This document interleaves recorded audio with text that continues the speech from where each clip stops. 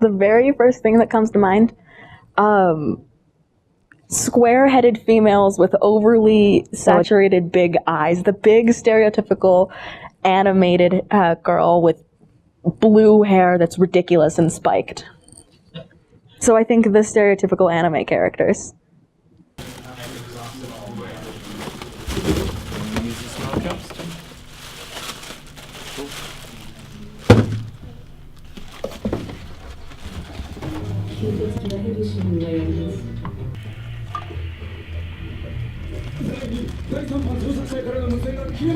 I classify as anime as usually some very specific animation style, originated in Japan, and that's what anime is to me. It's the combination of a very specific visual as well as a very specific storyline, or a very specific type of setup for a storyline. I want to say it was somewhere around my 7th grade year. So I was about 12, going on 13. And my neighbor, which was my best friend, her older brother started watching anime. And he showed her anime and was like, you should watch. And so she's like, I found this show. It's super cool. You should watch this with me. And at the time, I didn't think much of it. She was like, oh, like it's an anime. And I'm like, oh, I didn't know what that is. And she's like, it's like a Japanese cartoon. I didn't know that there was like a culture around it. I didn't know anything about anime outside from, this one thing. And I'm like, oh, it's just a Japanese cartoon. Okay. But I was about 12 going on 13. Anime, it's definitely changed the way I think about things, and it's definitely influenced the things that I've thought at different points in my life. Like, for the most part, in the beginning of my life, it was there, it was present. It was there and present, but it wasn't like, it wasn't as much as a factor in my actual thought process as it is now.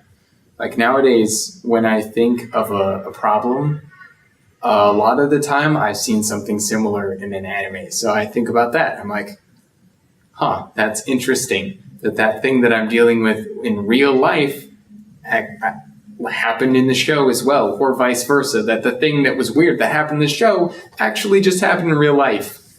It's changed my viewpoints on a lot of things, and it's changed my perspectives and my experiences. I feel like I have different experiences than I would have if I hadn't been watching anime, because I view situations through that lens sometimes, and sometimes through my own cultural lens. And then I can compare and contrast and kind of pull some more core essence out of that observation than I would have been able to before. I would definitely that's a good that's like I don't know where so many innuendos. The whole robot thing is an innuendo. It's fucking hilarious. Oran was one of the first animes I watched. I think for the most part it's changed me for the better. I know a lot of people who might disagree with that though, because it definitely influenced my decision to leave the church. Part of the reason is because I didn't feel like I was actually growing or developing or changing as a person, and it was really bugging me. And I know it was tearing me apart. I was sick of being the same person that I'd been for years, and I didn't want to be the person that I saw myself being in the future staying there. So, and anime definitely helped broaden my horizons in the sense that it brought things in that I might want to be like that were pretty much directly opposite from the church. I'll be honest, if I wasn't in this club, I wouldn't have left. I would still be struggling with finding myself in trying to figure out what I am. So, maybe it has changed me for the worse in that sense, but at the same time, I feel personally like it's changed me for the better, because I left for a reason, and that reason was primarily because I wasn't feeling fulfilled. I was not feeling like like I was getting anything out of it, and it was just always stressful to me, and it was always like bringing me down. So, I mean, the people in the club, I guess that really doesn't have a whole lot to do with anime, but anime itself kind of helps a little bit. More the community. I think it made me aware of the fact that other countries exist with other cultures. And I know that sounds kind of ridiculous to think about, but I mean, when you're younger, you're aware of it, but you don't really think about it. Up until you're much older, you're not really exposed to other cultures and other things, or you're not really aware of it when you are. And I think that, I mean, although anime wasn't the best representation of typical Japanese culture, it kind of made me aware that other cultures can be drastically different from the ones that I know. And so I think it opened my eyes to the idea that, oh, my way of life isn't everyone's way of life, or the way I lead my life isn't everyone's normal, isn't the way that everyone leads their life. When I was younger, it had an impact in my social life in that I very much kept to myself about it. I guess to some extent it kept me from getting really close with people because I was embarrassed. Or it kept me from being completely open with people because I was embarrassed. When I got a little older, when I got out of middle school and into high school, it was kind of one of those stepping stones for me, and that I learned to be comfortable talking about something that I enjoyed and I liked, even if I knew the people I was talking to didn't enjoy that as well, by kind of dipping my toe in the water with anime. I would kind of mention it, and that's how I gained the confidence to talk about things, and defend myself if I liked something, even if other people didn't. And then obviously when I came to college, and I was a lot more comfortable, a lot more open, it allowed me, I joined anime club and I met a whole bunch of people and I made friends out of it.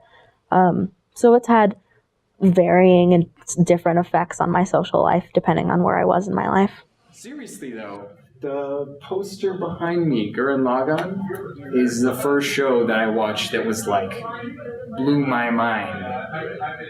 That is the reason I still watch anime and not just like every once in a while. I watch it constantly now. That right there. Why? Because it was at a time in my life when I guess I had a lot of good male role models in my life, right? I didn't have a lot of super masculine role models, if you know what I mean. I had my dad, he's a fantastic guy. Back when I was going to church, I had all of my priesthood leaders, and in the ward that I was in, they were all fantastic. They were wonderful people. They did a lot of good things, and I would say they were very wise, a lot of them. So like, I had good male influences and role models, but I didn't have that, the manliness. So like, I was missing something, and that fulfilled the need. Back in my church, like I said, my personal church was a very family ward. It was super cozy. We had a lot of old people and a lot of people who'd been through all kinds of just stuff in their life. But typically, the kind of people in my ward were like older. So I already had all those people that had all that wisdom behind them, and they were giving it to me. But I didn't have like that soulful manliness that you see in TV shows and stuff. I didn't have an example for being a man besides a good man. Like, I already understood how to be a good person and a good man and take care of things that men are supposed to take care of, right? But I didn't understand, like, the other side of being a man, because I wasn't raised around that. Gurren Lagann was definitely an outlet for me. Like, when I first saw it, it kind of just exposed me to kind of a lifestyle that I'd never really seen before. That was never in my life. I didn't have reckless people around me. So I didn't have that. And Gurren Lagann just kind of opened those doors, and it threw them wide open. It was just like, all of a sudden, there are scantily clad women, and and manly men doing things for the sake of manliness. Like, legitimately just doing crazy things because it was cool, basically. Like, it was like empty, but that show just ignited that little flame, that little candle flame.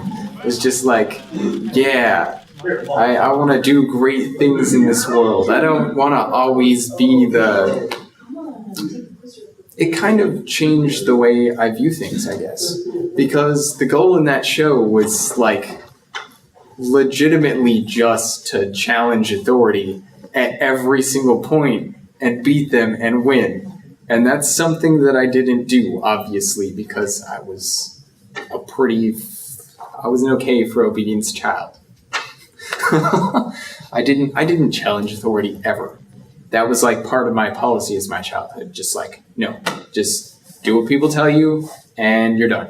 And don't get in other people's way and you'll be fine, right? And I mean, that's okay, but it's no way to really live.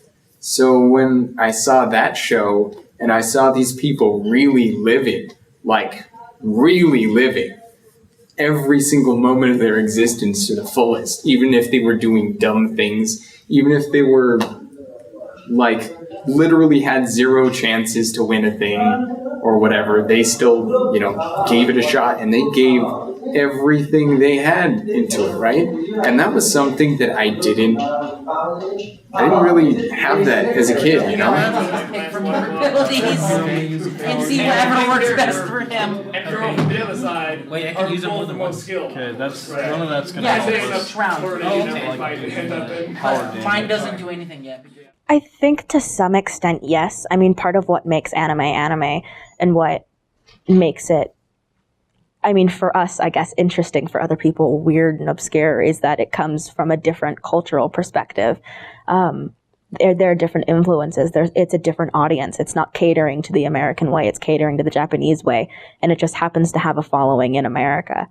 I think that anime wouldn't be what it is if it didn't have that cultural influence, if it didn't have the strong, this is clearly not something that was made here sort of feel. The community here, a lot of us are tied together by kind of similar experiences. A lot of us were the same in the way that they were sheltered as kids, and they found anime as an outlet to kind of broaden their minds and learn things that people weren't telling them. It's still nice to have a place you can go to kind of decompress and relax after a whole week of homework and chaos. So it's nice to have a community and a group that understands you and people that are your friends. And I found that in club. So that's why I go to club.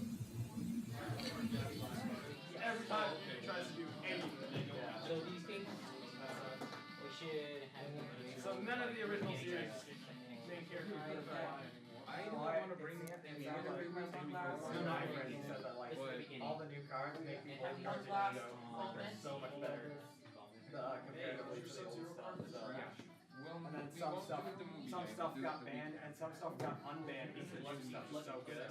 But they had to unban old banned cards just to make up. I would choose a few. So the next season we will be banned. That's smart. Well, you go to some based on the seven story. Yeah, exactly. Like You just buy booster packs and they don't go anywhere. It's like, oh, I already have all these cards. But it's that That's was why great too. I got this. It's literally $30 a box.